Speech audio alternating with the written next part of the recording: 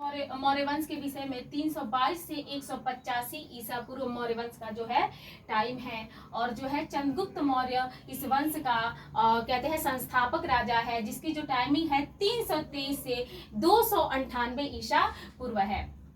ठीक है।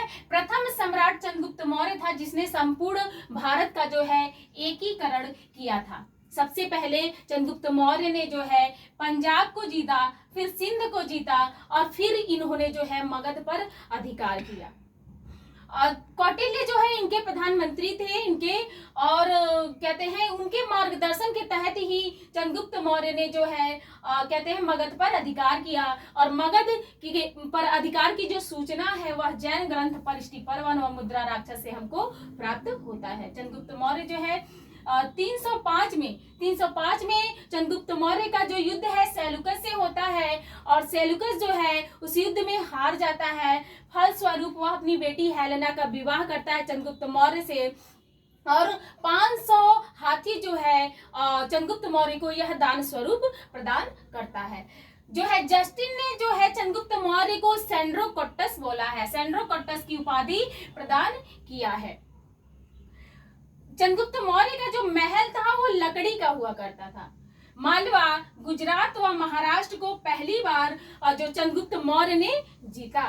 चंद्रगुप्त मौर्य ने दक्कन का भी विजय किया, और रुद्रदमन का जूनागढ़ अभिलेख जो है पश्चिम भारत पर भी कहते हैं चंद्रगुप्त का प्रभाव था, इस बात की सूचना हमें प्रदान करता है।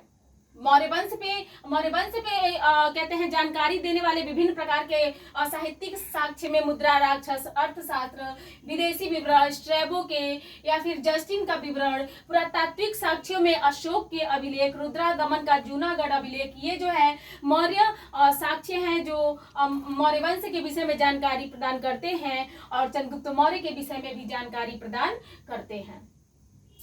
और इनके मौर्य वंश में जो सीता अध्यक्ष एक अधिकारी था, और जो कृषि विभाग से संबंधित था, अकारा अध्यक्ष था जो खानों का अध्यक्ष था, और लक्षण अध्यक्ष था जो मुद्रा का अध्यक्ष हुआ करता था।